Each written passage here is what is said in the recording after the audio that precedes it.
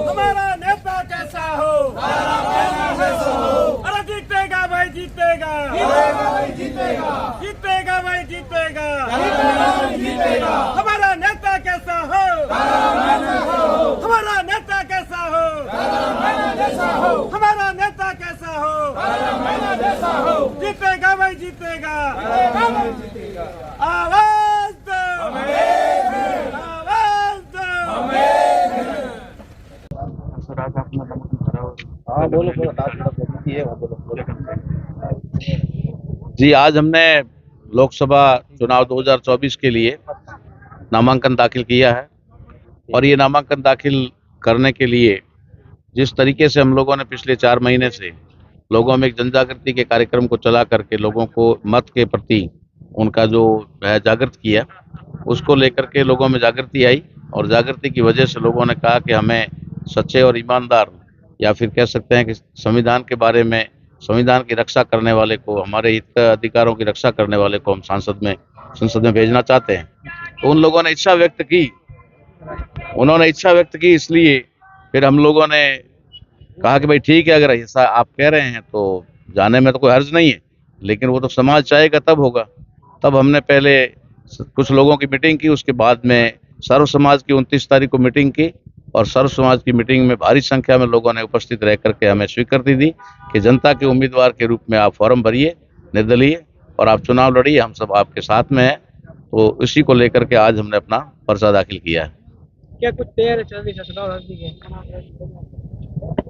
अब चुनाव तो नजदीक है ही है, तारीख तय हो गई है, तो हो ही गया है, सब कुछ है, लेकिन हमारी तैयारी जो है इसी बात को लेकर है कि भी पूरे देश के अंदर जो लोकसभा में जाने वाले एमपी हैं, तो एमपी को क्या वास्तव में एमपी के बारे में जानकारी होती है या नहीं होती है।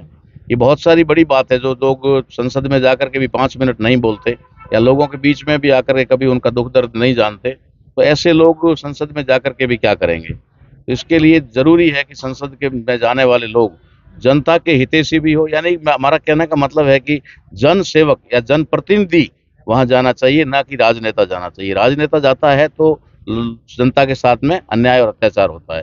सामने बड़े बड़े नेता है, बीजेपी के, कांग्रेस के। नहीं, बड़े कोई नहीं होते हैं, लोकतंत्र में सारे बराबर होते हैं, वोट उनका भी एक होता है, हमारा भी एक होता है, उसमें कोई बड़ा नहीं होता है। और रही बात बड़े आप किस दृष्टि से मानते हैं, जैसे कोई आप मानते होंगे भाई पैसे की दृष्टि से या फिर वो उनका वो ठीक है। हाँ, बड़ी पार्टियां पैसे से होता तब तो फिर चले जाते, वैसे ही फिर जनता के सामने गिड़गिड़ाने की आवश्यकता नहीं पड़ती, कितने ही पैसे क्यों ना हो, लेकिन जनता के सामने जाके वोट तो मांगना ही पड़ता है। सबसे धनी तो इस देश की जनता है जो उन लोगों को वहां भेजती है, लेकिन वे लोग वहां जाकर के उनके साथ धोखा कर देते हैं और उस धोखे की वजह से जनता पिछड़ जाती है। देखा जाए अपने ये पश्चिमी पहाड़ी राजस्थान में ये जो है पिछड़ा हुआ है, जहाँ पानी कमी है, सड़कें नहीं है, क्या लगता है आप जीतते तो विकास होगा?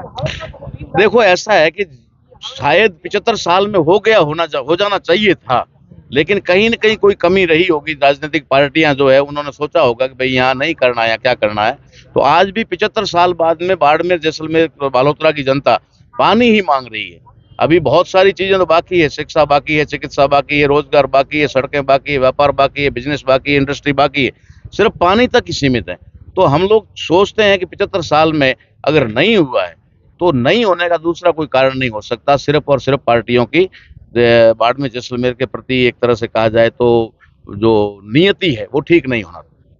आपकी रैली थी तो भीड़ बहुत ज्यादा थी, कहीं ना कहीं ताराराम नेताओं की नींद तो दी। नहीं, ऐसा कोई मेरा इरादा नहीं कि भाई मैं अपनी जनता जो है उसका एक तरह से कहा जाए तो सेवक हूँ और जनता ने मेरी आवाज, मैं आज से नहीं हूँ, मैं लगभग 35 साल से लगातार समाज सेवा में हूँ, कंटिन्यू समाज सेवा में। मैंने नौकरी भी छोड़ी है तो समाज सेवा के लिए छोड़ी है, तो समाज के दिलों में तो मैं ऑलरेडी पहले से ही बसता हूँ।